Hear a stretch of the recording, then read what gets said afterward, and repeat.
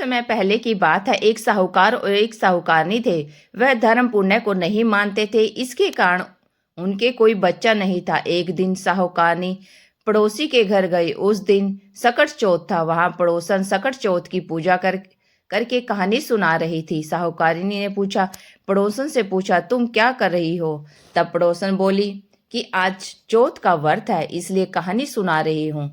तब साहूकारनी बोली, चौथ के व्रत करने से क्या होता है? तब पड़ोसन बोली, इसके करने से अन्न धन सुहाग पुत्र श्रम मिलता है।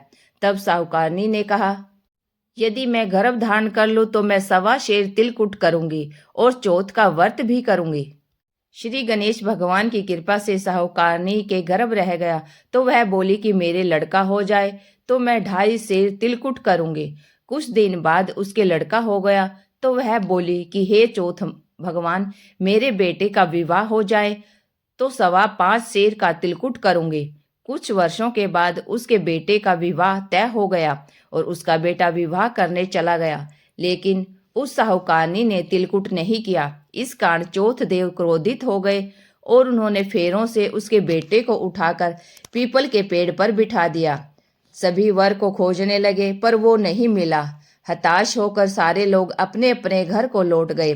इधर जिस लड़की से साहूकारनी के लड़के का विवाह होने वाला था, वह अपनी सहेली के साथ गणगौर पूजा के लिए जंगल में दूब लेने गई।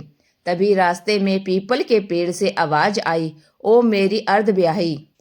यह बात सुनकर जब लड़की घर आई, उसके बाद वह धीरे धीरे सूख कर काटा होने लगी।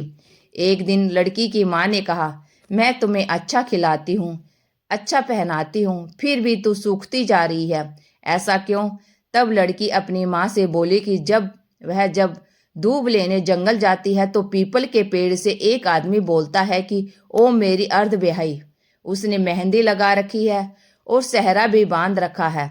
तब उसकी माँ ने पीपल के पेड़ के पास जाकर देखा तो वह उसका जमाई ही है। तब उसकी माँ ने जमाई से कहा, यहाँ क्यों बैठे हैं? मेरी बेटी तो अर्धब्याही कर दी और अब क्या लोगे?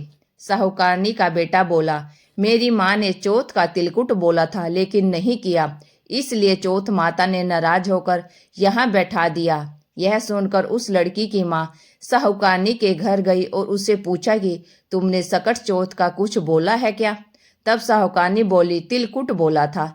उसके बाद साहूकारनी बोली, मेरा बेटा घर आ जाए तो मैं 2.5 मन के तिलकुट करूंगी।